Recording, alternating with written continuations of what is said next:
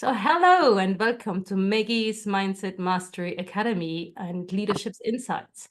And today, this is the second expert interview. And you all know how I love analogies. And I've been talking also about sports analogies. And today, I'm delighted to have Dave with me, who's a high performance coach and also works with athletes as well as managers. But as usual, with no further ado, I give you the word right away, Dave, to introduce yourself. Tell us a little bit about your story and what's your mission. What are you trying to achieve in the world? Perfect. Thanks, Meggie, for having me on. First of all, it's an honor to be here. So great to be on your podcast. And I hope listeners that you get some value out of what we discuss in this particular podcast. I always say to people I'm like 30 years in the making. So I'm actually in my 30th year as a high performance coach. And where I was 30 years ago to now is a very different person. And it's what I encourage people to do, to be committed to evolving into a better version of yourself throughout your whole life. So like I say to people, I'm 30 years now, but I'll be a different person next year and 5 years time and 20 years time. And hopefully I'll go on for a long time, but constantly evolving. And I would have started off like just getting into a bit of fitness training, started as a fitness instructor, set up my own business at 21, and then developed a gym business where I had a chain of 5 gyms and 55 staff. And we had a range of services. Then I had a boot camp business in different countries. And then I went online, mainly because, again, my son at the age he was at, I didn't want to miss out on his growth and developing a relationship with him. Because growing up, one of my highest values was being a good dad and having a son. So I kind of got a wake-up call after 2-3 years. And I was working 24/7 with the gym business, especially. I thought, look, I need to change something here because I'm not living my values. Because it's very important we do live in line with our values, but sometimes we're not even aware if we are or not. And that's why it's important to press like the stop button. So I went online, it's now 15, 16 years ago. So that's allowed me to have the freedom to work with thousands of people all over the world in every kind of country, in every kind of situation. And also for me to have the freedom to live in many different places too. So that's been really enjoyable. And in terms, again, of mission purpose, like I truly, genuinely feel my purpose here is to make a positive impact on people. And that's what my life is dedicated to. I also have 2 purposes. One is my son, who's my world. But besides that, my time, my energy, my focus goes into making a positive impact on other people.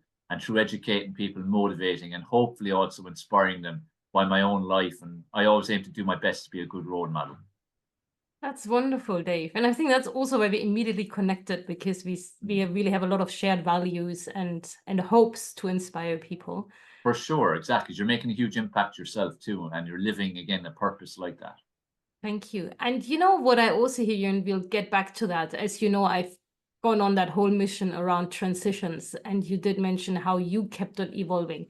So we'll get back to that later, but I think that's really important that it is really that our self of today is not the one of tomorrow. And it's the more intentional we can be about it, the better. Before we get there, let's start a little bit with what you actually do in your coaching. So you work with high performance. Who are the high performers? Is that athletes, managers, entrepreneurs? And what challenges do they typically face?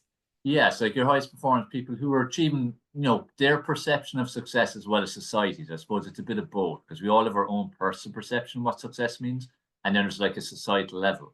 But in general, it'd be, things like CEOs, managers, general managers of hotels, people who are entrepreneurs, and then athletes of various levels. So people who are already living a reasonably high performing life. And then where I can come in is to take people that extra 1%, 2%, 10%.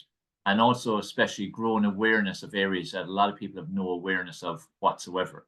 Especially areas, for instance, like sleep and how we can change your sleep literally overnight by implementing a couple of strategies. Even people don't understand why they're not sleeping. They don't even know they're not sleeping because it feels normal to them how they feel. So, our bodies are amazing in that they can adapt to anything. It can be a good or a bad thing because we can put our bodies under immense pressure, doing the wrong things, and it will adapt.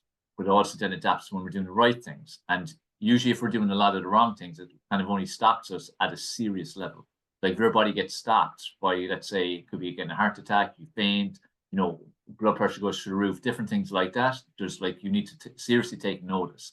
So I'd help people on all kind of areas around, especially sleep, psychology would be big areas, people's thought processes.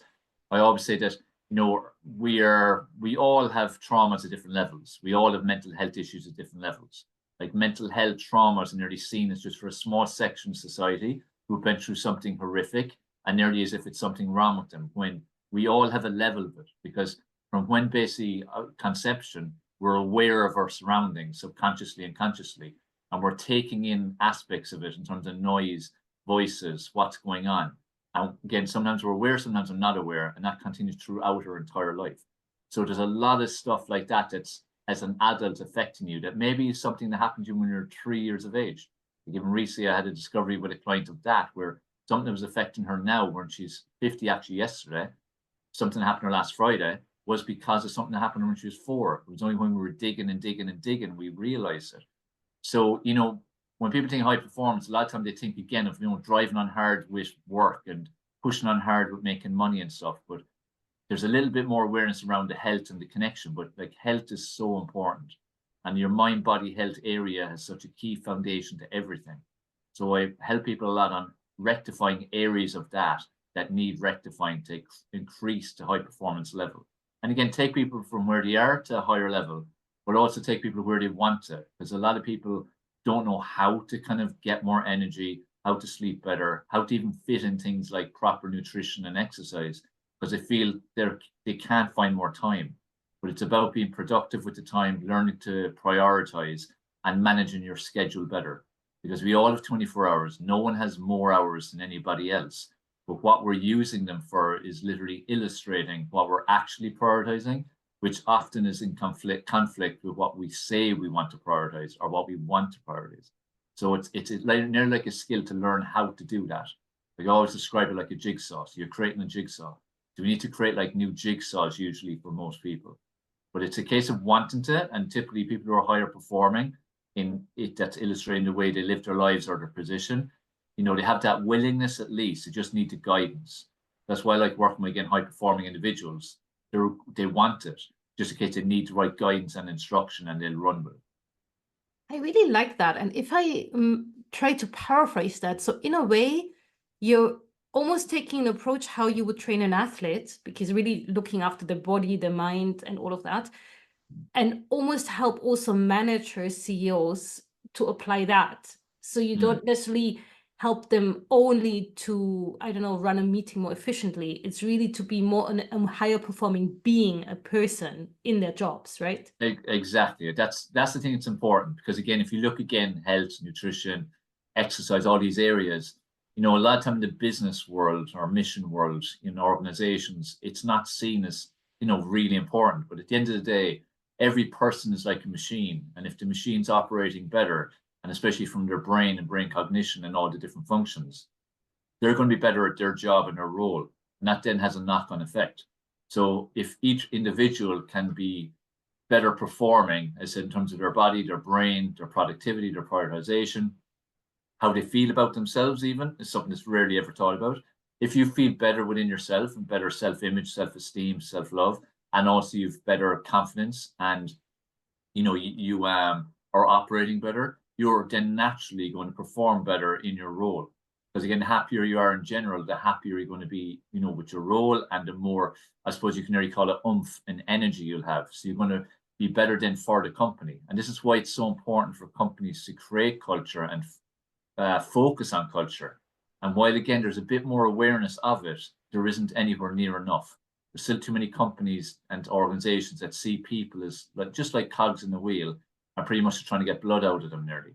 Whereas each individual, if they're operating at a higher level, everyone wins. The individual wins and the company will win. So it's in everyone's interest. It's a complete win-win situation. So like you're saying there, even with a manager or anyone that's high up in any organization, if they again can get control of their health, their well-being, exercise more, maybe do some meditation, sleep better, eat better, they're going to be so much more productive. So they're going to achieve so much more in their role. That then will have a knock-on to their people who are underneath them, who are relying on them as a manager. Plus, even just take their mood. If someone isn't taking care of themselves, they're not going to be in good mood most of the time. If they have bad sleep, bad nutrition, your mood's hugely affected by these things. So this is where, they get on the wrong sides of people, and that's not going to be very motivating. So a lot of times staff, while they might have great potential, if they haven't the right kind of management, then their potential won't be realized. And also people who are not being, let's say, recognized, especially, we all want recognition, but treated well either, they're always then looking for something else. So if you're looking for another role, another opportunity somewhere else to get away from where you are, you're never going to be able to give it 100% to where you are. So again, like, everyone's losing. So there needs to be, again, a more open-minded approach and outlook to treat people properly. Of course, people need a kick in the ass sometimes when they're not pulling their weight, doing their job. But again, if you treat people right, most people, especially if they've, again, something about them, will perform better. So that's something that needs to be grown in awareness massively. Absolutely. And I've been on a mission now for a few months, and you'll see me more on that too, around mindfulness. And I started it off more from a stress reduction and improving sleep point of view. But right now I'm doing a course on flow at work, the concept of flow, and how you can use mindfulness to basically trigger it more intentionally. And it's super fascinating because then suddenly you talk about performance. You don't only talk about reducing stress, but if you can get yourself into flow intentionally, off you go, working much more focused and much more efficiently. It's really fascinating. Yeah, it's like a switch, because everyone will have had flow state at some stage in their life, at least once, if not a few times, without even realizing. And when you're in flow state, it's literally like everything is clicking and everything is working. And it's just literally like that's flowing and things are accelerating and good things are happening one after the other, after the other, after the other. And this is where, again, like, our energy is so important. We create our energy, and the energy you put out is going to come back to you then as well. So again, if you tie that then into, again, a professional situation, again, if people are more and more in flow state or can switch it on when they want, they're going to be more productive. And then that, again, has that knock-on effect from the energy that they're giving off to then the other people that are around them. So it's like, even if you have open plan offices, if a section of them are really high performing and really in flow and really good energy and so on, it has to have a knock-on effect to the other people in the room. Same as with if it's the opposite way around and people don't have flow and they're in bad form and they're in bad productivity and they're tired all the time and so on, that then has a knock-on effect. So we don't even have to speak to have an impact on other people around us. Once anyone's within a meter or two of us, we are literally impacting them, because we're like just energy fields that are impacting in a negative or positive sense. Yeah, so true. And another thing I was picking up when you were talking was about positive mindset, affirmations, self-confidence, all of that. And also I was wondering about this technique of visualization, which is something that athletes do a lot in competitive sports. So do you use that in your coaching, and how would you apply it? Yeah, it'd be something I'd hugely encourage. Like, we'd always see it as something that athletes do. Do you just take the 100 meters and someone called, say, Usain Bolt, whether people are aware of athletics or not, but Usain Bolt won multiple Olympics and broke the world record constantly. But for him, before he ever won the Olympics and broke world records, he would have visualized himself achieving that thousands and thousands and thousands of times. And every athlete will be the same, because, first of all, it's important for everyone to have a vision, whatever it is you want to achieve in life. Have that vision, and then have the steps to achieve it. But then you have to see yourself achieving that. And the more you see yourself achieving it, the more it becomes real to you and possible. And then as you're taking the steps to make it happen and you're actually literally moving closer, that visualization becomes even more powerful because you actually believe in it more. Where to start, it would have been more hope. Then it becomes actual belief that this can become possible. So visualization is hugely useful in sport and has been used for a long time now. And increasingly so, as people like, say, Usain Bolt and many other athletes of different sports have been very, public about that they use tactics like that. But again, you take the same to any area of life, or take it again to companies and organizations. If you want something to happen, you again have to be very clear in the vision. Because if you're not clear on where you're trying to get to, how are you going to get there? You're like shooting in the dark. Because if you're going to take off to a city that's 2 hours away from you, like, you're going to that city, you probably Google mapped it or something, or the way, and the journey, and you go. And if there's some kind of roadblock or obstacle or a car accident, you'd find another way. And if it's a Google map or whatever way it might be, you just find another way, but you still know the destination you're going to. And you go there, and you can clearly see it. Even when you decide to go somewhere, you can clearly see that city immediately, unless it's your first time ever been there. But even if you haven't been there, you've probably checked it out. So you know some of the landmarks. That's instantly into your brain. You can't stop that. So it's important for people, again, to visualize the outcome they want. Whether that be like a really positive thing they want to, in terms of, achievement, or it could be change. When people need change in their life, it's the same thing. What do you want your life to look like? Focus on visualizing. And visualizing can be done in many ways. It's literally just, take 5 minutes, sit in silence, and literally focus on picturing what it is you want to see. Other people work better with music. Like meditation, visualization are very interconnected. So they're similar enough and while different at the same time. But you do what works for you.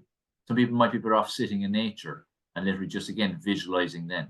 But it's very important we do put energy into visualizing what we want, and, writing it out as well. Like literally write out the script, write out it's in like present tense, it's already achieved. Yes. Yeah. And that's literally like a written visualization. And then when you're doing actual visualization as an exercise, you're just playing that out then in your mind, like a movie playing, and this is And where. what I heard about that part of it, what is also really important is to really touch all senses. What we tend to do, we tend to stick in the head. But then we really get into how does it smell, how does it feel, how does it, all of this, then it becomes even more powerful, right? That's a really important point, actually, Meggi, to add to it, because like just take what I would advise people to do is write out a script first, say their vision, right? But like that as a script, bring in all the senses. So like, let's say it's a setting in a room. Let's say someone's getting an award and it's in a particular room always, and you've seen it happen to other people before. Like, what are you hearing? What are you smelling? What are you seeing? What are you touching? Even like the seat you're sitting on. How does it feel? Because it could be a leather seat, could be a plastic seat, it could be a wooden seat. As much detail as possible, because it needs to be like a movie. So take when we watch a movie that we find really good, what is it doing usually? It's touching our emotions. So we're being brought into the movie. We're literally like we're living the movie through our emotions. So your visualization needs to do the same thing, because then you're sowing the seeds in your cells for this is actually a reality. Like you're living that reality. If I did a visualization now of, let's say, one of my particular goals for this year or my life, and I really tune into my visualization, I'm actually experiencing this moment. And that's, again, what you want your visualization to be. Now, if you don't engage the senses, you're not going to have this powerful visualization, because, again, it's just something that's kind of out there. You need to experience it. So 100% bring emotions into it and all your senses. Thank you. Yeah, that's so true. Really inspiring. Let's change gear a little bit to a slightly different angle. So as I explained to you when we prepared this, many of my listeners work in humanitarian and development field, and often in really difficult places, literally in the middle of nowhere, sometimes with active conflict, in any case, often with just physically stressful temperatures, who knows? It's really like stressful situations. So what could be one or two or maybe three key things they could do, quite easy things to improve their performance, but also their balance or their quality of life and sleep and God knows what? Yeah, like it's like that, like these are tough real life situations. And, types of people who do these are, special people in reality. They're special humans, and they're special, very heart-led people who want to make a huge difference, which is great. And it's great people like that. And it'd be a wonderful world if everyone was like that and the same kind of personality traits.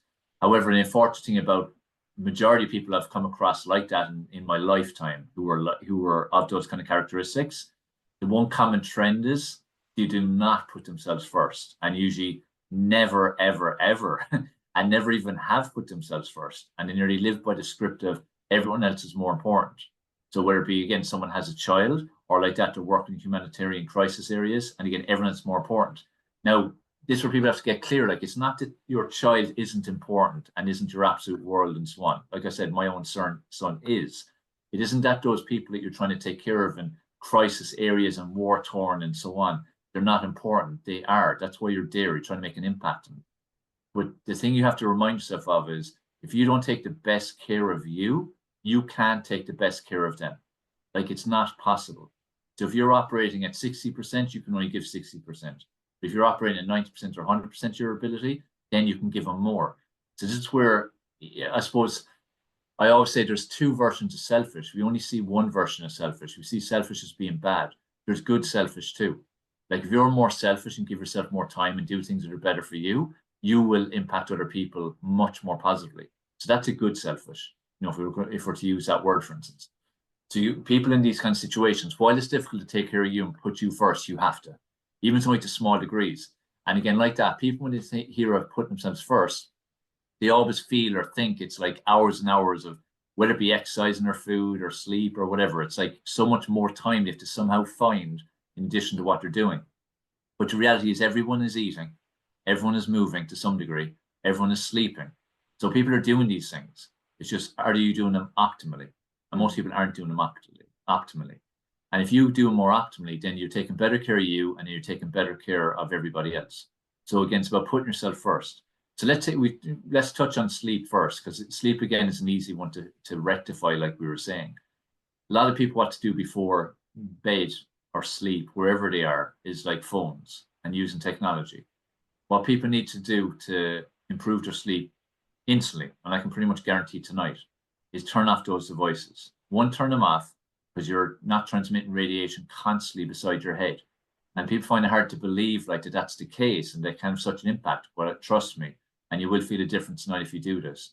Turn off your phone and don't be scrolling on it just before sleep. It's what you're doing just before. You're triggering as well, in your eyes and the retinas, as if you're still operating at full capacity.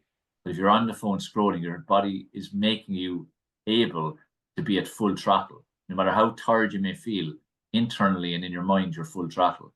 So even though as a vessel, if I walk in and look at you, whether you're in a house or a tent or wherever it may be, you look asleep, but you're not actually asleep. So turn off your phone. And for the minimum 15 minutes before sleep, make sure you're doing something that's not device related. Do something that relaxes you. It could be visualization, it could be meditation, it could be stretching, it could be breathing exercises, it could be having a shower, it could be anything like that. Something that relaxes you, reading, music, something that relaxes you. Because you have to slow your heart rate, you have to bring down blood pressure, you have to relax your mind, you have to release melatonin. These things don't happen, you're not going to sleep, not a deep sleep, and you need deep sleep. Sleep is when our body restores. Sleep is when it rejuvenates. Sleep is when you get a break, your brain gets a break. So if you're not getting that, you can't operate fully the next day. And like I said a while ago, our body will adapt to anything we make it do, like literally anything. If you're sleeping 2-3 hours a night, it will eventually feel normal, but it's not normal. So your long term, it's going to have an impact on you. And I always say to people, you need to focus on short term, but also, more importantly, the bigger picture, long term. We all want to have long, healthy, vibrant lives, independent lives. We'd want to be, again, having years and years of suffering from diseases in an ideal world. What you do now is going to determine the future, as much as it'll determine you tomorrow and next week and so on. So sleep is a huge one. I think throw in like the meditation, visualization would be an important one, because it creates good energy. It creates peace as well within you. It creates that bit of excitement within you. So I would advise people take, even if it's just 5 minutes, just to do some meditation, visualization. And I stress small amounts like that, because when you've got a busy mind and you're into doing lots again for other people and just doing lots in general, it's very hard to actually slow yourself down. And I had this challenge myself when I first decided I need to add meditation. I saw everywhere it was people doing an hour or 40 minutes or 30 minutes or an hour and a half or whatever it was. So I was trying to do like 40 minutes, 30 minutes, an hour. It wasn't working. I couldn't slow myself down for that length of time. So I started many years ago, look, I'm going to do 1 minute a day in the morning for a year. And I committed to that. And when I did that, then next year I went for 2 minutes every morning for a year. Now I do 5 minutes every morning as part of my morning routine. I do 5 minutes every evening as part of my evening routine. So morning routine, again, to get myself centered and ready for the day. Even time as part of a wind down and to relax. It's still not massive. It's only 10 minutes in total, but that works for me. So again, find what works for you. But if you find it a bit daunting to give yourself that quiet time, because it needs to be like quiet time, pick just a minute, 2 minutes. The most important thing is you're doing something for you. Remember, go back to the point we're making. Put on your own oxygen mask first. Like do something for you, and then you get the benefits from it so you can help other people. And then the other thing I would say is your nutrition is feeding your brain and your body. Now, it depends on where you are. It depends on circumstances. Depending on the situation you're in, especially for humanitarian, you're very, very limited what you can get. But there's always choices. There's always a better choice. So do what is best for your body and your brain. Now, I include the brain because a lot of people aren't aware you're literally feeding your brain by what you're eating. 20% of the calories at least go to your brain. So if you're eating bad food, that's bad calories to your brain. That's how it's going to operate. You know, it's like putting bad fuel into a car. How's it going to operate properly? So you want to give your brain as good as it can, because again, especially in these kind of areas that both energetically and emotionally are very taxing, you need to be operating at your highest level. So be mindful of what you're eating, and just again, focus on being better, and ask yourself all the time, you know, what is this doing to my brain? How well will my brain work with this food? As opposed to we're always thinking of our body. You know, it's not just about your body. The brain-body connection is huge. And also as well, like the better your brain's working, the more positive energy you'll have. So even just for yourself, you're talking to your cells all the time. So you'll have more positive energy that way. That positive energy then is going to be more infectious against the people around you. And especially again in these terrible situations, people are already in terrible emotional states and are going through horrendous situations.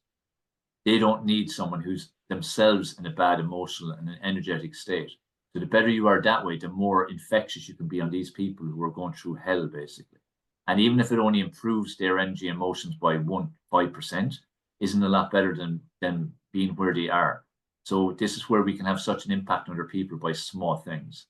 So there'll be a few little actions I would advise people that are, everyone can do them. Right? There's literally no excuse for anyone not to do those things, because we can choose to do them, and they're small enough that you can easily fit them in. And you're already doing things like them. It's just not to those levels. So you're not having to give more time. You're just having to use your time more optimally.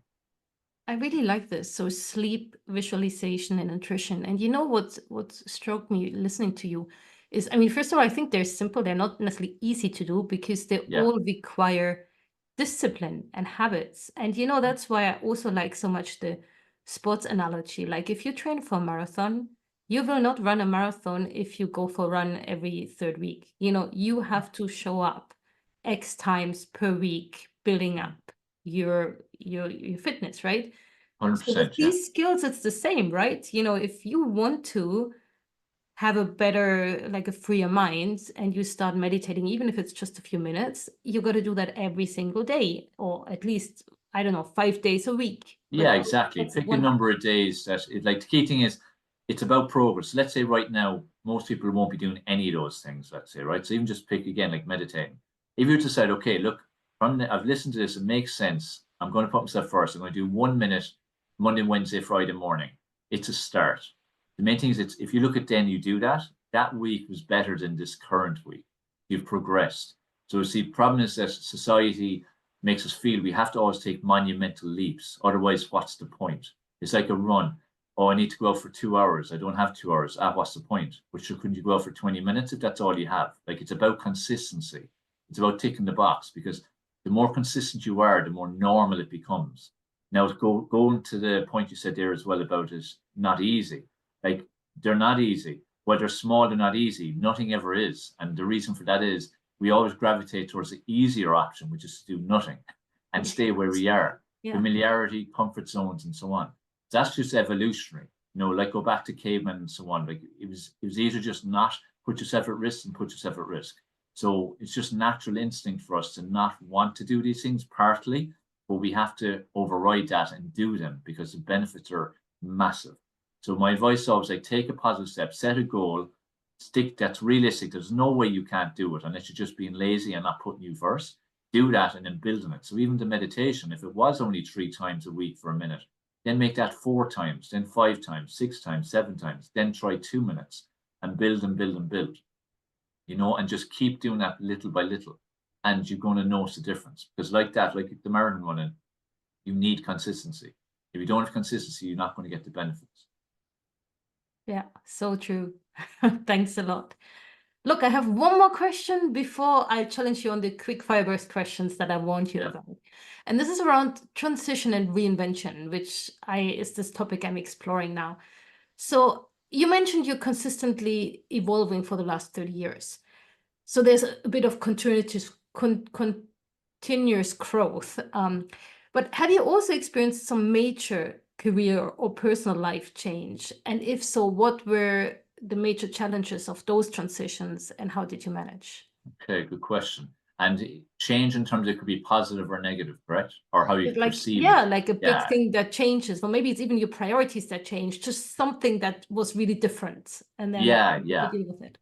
There would be a few different ones. I'd look at like I've lived in many different places, and usually often the times it was a case of not necessarily choosing to move just as like, oh, let's move there, let's move there. It's happened for different reasons. So even one example, like I lived in Lanzarote for 6 years, and then for maybe a year or two at the end of it, like my son would have started asking, would we ever move back home, back to Ireland? And I was sort of like, there's no chance of that.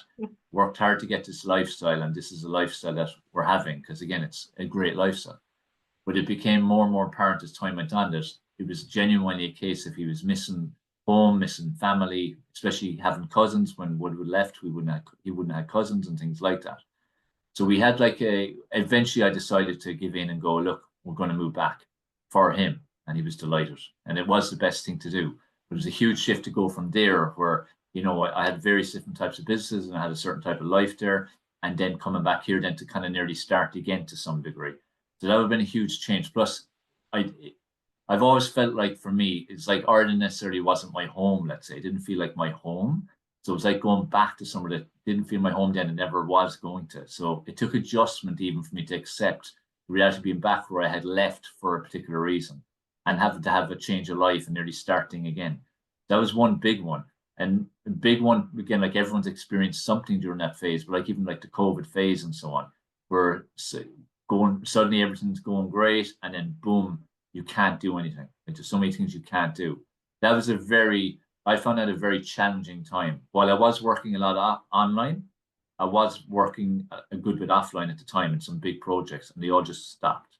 And so also, in those situations, was there anything, that like maybe one tip or one lesson you learned or something that you felt like that really helped, that really made it better? I think the most important thing with life is like a roller coaster. So it doesn't go a straight line. People need to, again, face that reality. It doesn't go a straight line. It won't. It's not meant to, because otherwise, how are you going to grow? And resilience is something that's really important, and developing resilience, or as David Goggins says, mental calluses. So it's like when challenge happens or change, like that, say a change that is going to happen that you don't necessarily want.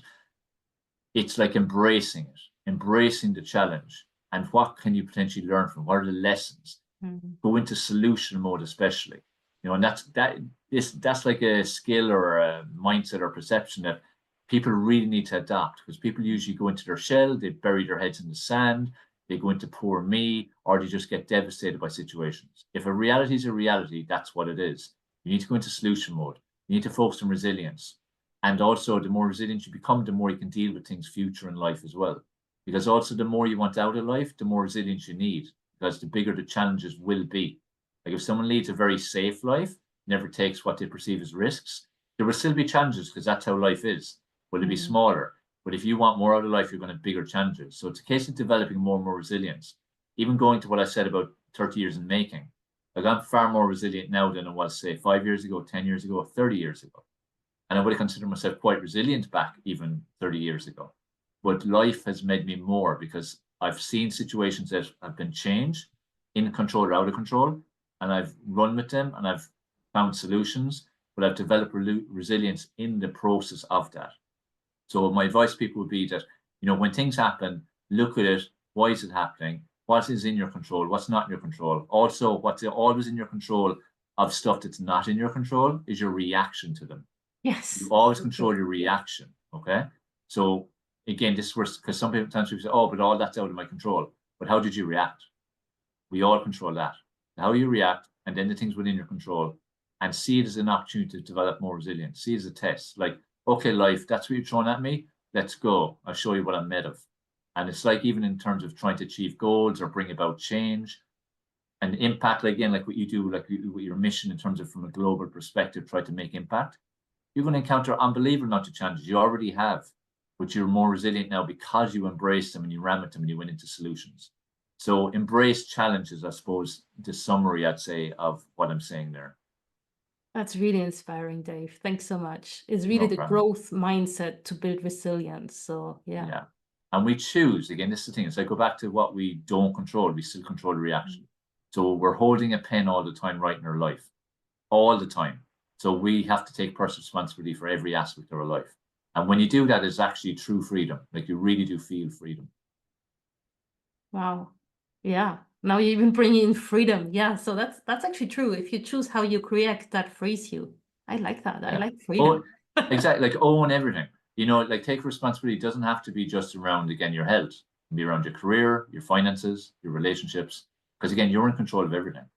You Yeah. know, literally everything. And people don't like that in terms of, they don't like embracing that because then it gets them away. It's always their fault, let's say, then, in terms of where they're at. It's easier to hide behind excuses or blame or justifying things in a poor way, but justifying all the same.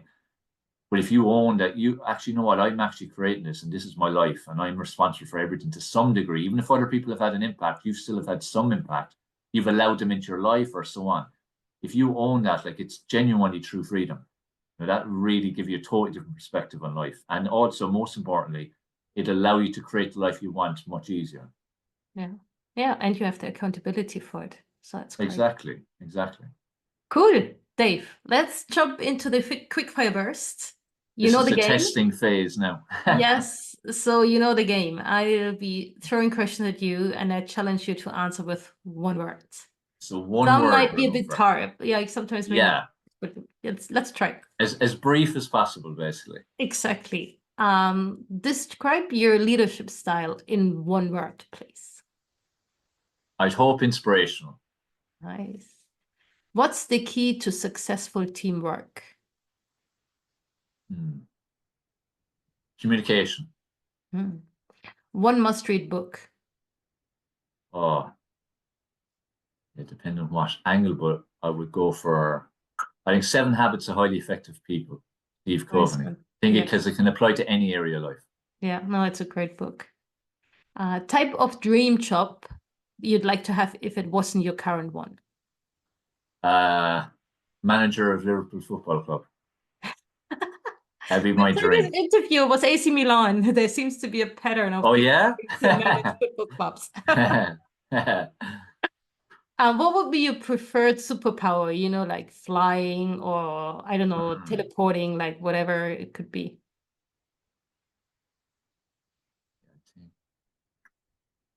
I think flying.